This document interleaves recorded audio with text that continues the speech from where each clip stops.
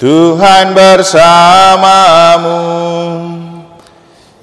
dan bersama rohmu. Inilah Injil suci menurut Markus. Dimuliakanlah Tuhan. Sekali peristiwa, seorang sakit kusta datang kepada Yesus. Sambil berlutut di hadapan Yesus, ia mohon bantuannya. Katanya, "Kalau engkau mau, engkau dapat mentahirkan aku." Maka tergeraklah hati Yesus oleh belas kasihan. Lalu ia mengulurkan tangannya, menjamah orang itu, dan berkata kepadanya, "Aku mau, jadilah engkau tahir." Seketika itu juga lenyaplah penyakit kusta orang itu, dan ia menjadi tahir.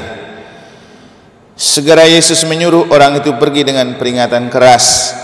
Katanya, "Ingatlah, janganlah engkau memberitahukan hal ini kepada siapapun, tetapi pergilah, perlihatkanlah dirimu kepada imam, dan persembahkanlah untuk pentahiranmu persembahan yang diperintahkan oleh Musa sebagai bukti bagi mereka." Tetapi orang itu pergi memberitakan peristiwa itu dan menyebarkannya kemana-mana, sehingga Yesus tidak dapat lagi terang-terangan masuk ke dalam kota. Yesus tinggal di luar kota di tempat-tempat yang sepi. Namun orang terus juga datang kepadanya dari segala penjuru. Demikianlah sabda Tuhan. Terpujilah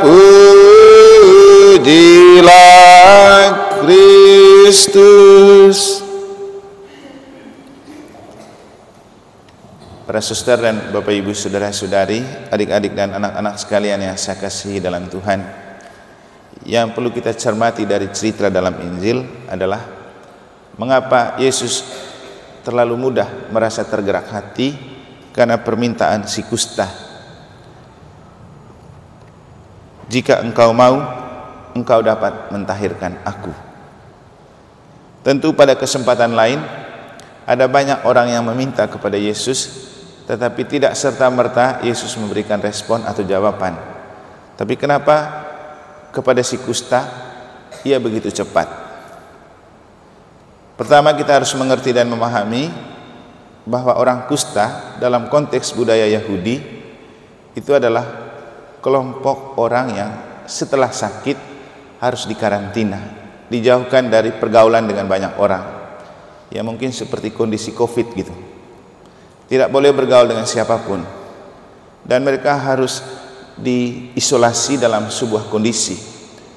Yesus paham betul perasaan orang-orang kusta.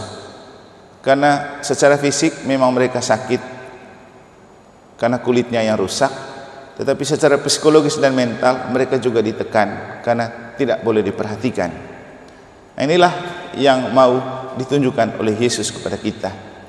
Yesus sangat peduli dengan orang yang krisis perhatian atau krisis kasih sayang. Kita dalam hidup pasti punya banyak permintaan kepada Tuhan, tetapi tidak serta-merta seperti menjawab si kusta, Tuhan memenuhi doa kita. Kira-kira kenapa? Itulah yang perlu kita cari ke dalam diri kita masing-masing. Kadang-kadang kita mencari Tuhan ketika kita dalam kondisi dan kebutuhan mendesak. Tapi rasanya Tuhan itu mengetahui hati kita, dan yang cepat dijawab oleh Tuhan adalah orang yang tidak datang kepadanya pada saat ia kondisi terdesak dan terjepit atau sangat-sangat membutuhkan. Seperti yang dikisahkan dalam bacaan pertama. Orang-orang Israel ketika terpukul kalah oleh Filistin, baru mereka cepat-cepat pergi cari tabut perjanjian. Ya, kalah juga. Kenapa? Saat terjepit dan kepepet baru cari Tuhan. Sebelumnya mereka cuek dengan Tuhan. Demikian juga kita. Ketika kita terdesak, terjepit dan kepepet, kita dekat sekali dengan Tuhan. Kita gemar sekali mencari Tuhan, tapi giliran kita tidak dalam kondisi kepepet, atau mungkin yang kita mau dapatkan sudah tercapai dan terjawab, nah saat itulah kita cuek-cuek dengan Tuhan. Padahal tips untuk mendapatkan belas kasihan Tuhan itu sangat sederhana.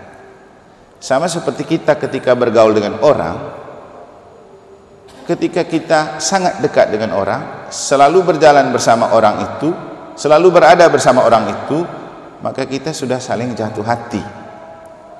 Dan orang yang sangat dekat, dia tidak perlu meminta banyak kepada teman dekatnya, karena pasti teman dekatnya akan lebih dahulu mengetahui dan mengerti serta paham apa yang dia butuhkan. Yang terjadi malah ditawarkan sesuatu. Nah, seperti itulah relasi kita dengan Tuhan. Kalau kita dekat dengan Tuhan tanpa batas waktu, kita tidak perlu meminta terlalu banyak. Tuhan akan memberikan kepada kita apa yang kita butuhkan, apa yang kita harapkan. Maka jawaban atas pertanyaan, bagaimana supaya doa kita cepat membuat hati Allah tergerak? Ya, jaga konsistensi dan komitmen untuk selalu dekat dan berjalan bersama Tuhan. Maka memelihara hidup rohani itu penting. Dan inilah yang dimiliki oleh si kusta. Kerohanian yang dia miliki membuat Yesus cepat merespon apa yang dia butuhkan. Bapak Ibu, saudara-saudari, mungkin dalam lagu pembuka tadi juga kita bisa menemukan jawaban. Orang seperti apa yang cepat direspon oleh Tuhan? Jadi orang yang imannya teguh, besar harapannya kepada Tuhan, dan yang memohon anugerah Tuhan untuk bisa mencintai Tuhan dan sesama. Orang yang sangat mencintai Tuhan dan sesama pasti selalu terkabulkan doanya. Akhirnya Bapak Ibu saudara-saudari, semalam itu kami ngobrol dengan istri mereka bersama suaminya Pak Frans dan Pak Tobi. Kita bercerita tentang ada satu pasutri di negara yang semuanya lulus P3K. Terus mereka berkomentar, inilah kalau orang banyak menabur kebaikan, pasti selalu diberkati Tuhan. Sebaliknya, kalau hidup tidak bagus, tidak baik, banyak merusak orang lain atau komunitas gereja, pasti susah juga dapat berkat. Seperti inilah cara Tuhan menjawab kita. Makanya sering saya bilang, jangan pernah menghitung kebaikan dan pelayanan di hadapan Tuhan. Karena ketika kita selalu memberi dengan tulus hati melayani Tuhan dan gereja, mata Tuhan ini 1x24 jam tidak pernah tertutup melihat kebaikan kita. Nanti pada waktu yang tepat, Dia akan memberikan anugerah sebagai berkat, rahmat dan upah. Bapak Ibu, kerajinan Anda datang misa, ketekunan Anda dalam doa tidak pernah tidak dibuahi dan diganjari Tuhan. Maka marilah kita terus menjaga relasi kita yang intim dengan Tuhan.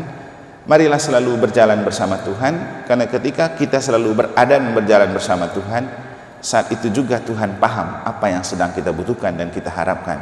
Paling penting, teguhkan iman, besarkan pengharapan pada Tuhan, dan mohon rahmat Tuhan untuk mencintai Tuhan dan sesama. Semoga Tuhan memberkati.